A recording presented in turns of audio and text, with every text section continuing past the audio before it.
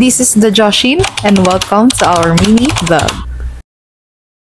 Sa sobrang busy ko, ngarag na nga tong saluyot na binili ko kaninang umaga. Syempre, lulutuin ko pa rin niya, mahal kaya ang gulay dito sa amin. Luto serye muna tayo ngayon. Pinagpipitas ko nga yung dahon ng saluyot at hinugasan. Tapos naghiwa lang ako dyan ng talong at okra. Maliliit nga lang yung hiwa ko dyan sa gulay para magkasya sa bibig ng mga tiyanak.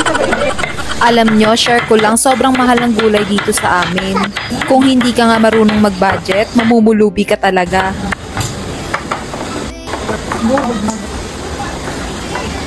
Matapos ko nga putol-putulin, basta putulin yung sitaw, hinugasan ko na rin kagad.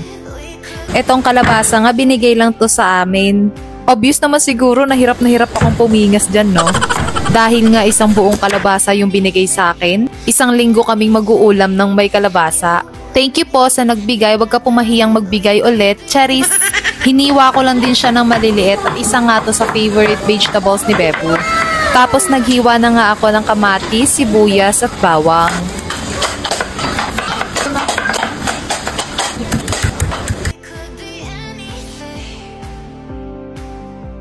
Eto na, cooking time! Inon ko na nga yung kalan at naglagay na ako ng mantika. Sinunod ko na rin yung bawang, sibuyas at kamatis.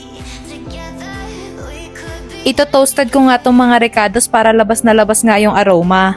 Tada! O diba, may ginamos ako! Yay! Dala nga yan ni Mama Claire galing sa probinsya. At kung isa ka nga ring Bisaya, alam mo to. Ginamitan ko na nga ng chopstick para masungkit ko yung laman. Grabe, kinikilig ako. Ang daming laman at siksik na siksik. Tagal ko nang naghahanap neto sa Manila. Meron nga lang dito yung maraming sabaw at konti lang ang laman. At alam nyo ba, masarap nga tong ginamos sa nilagang saging. Nagisa ko na nga yung ginamos at recados. Binuhusan ko ng mainit na tubig pang sabaw. Sinunod ko rin yung kalabasa at sitaw. Pagkakulo, nilagay ko yung siling green, okra at talong. Ito na, taste test tayo. Zay, ang sarap! Sinunod ko na nga rin yung saluyot at sakto dumating na si Daddy. Naku Zay, ang sarap! Kaya kung hindi mo pa to natitikman, try mo na magluto ng ganito. Bukod sa tipid na, healthy pa para sa pamilya. Ready na nga ni Kuya Zay yung table and dining chair ni Bebo. At itong tiyanak na to, iniinis na naman yung kuya niya. At ito na naman nga si Bebo!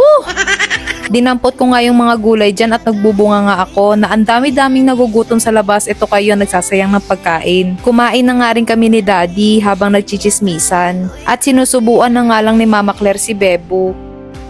At maya-maya nga kinuha ko si Bebo para makakain nga si Mama Claire ng maayos. O siya, hanggang dito na lang. See you on our next vlog. Bye!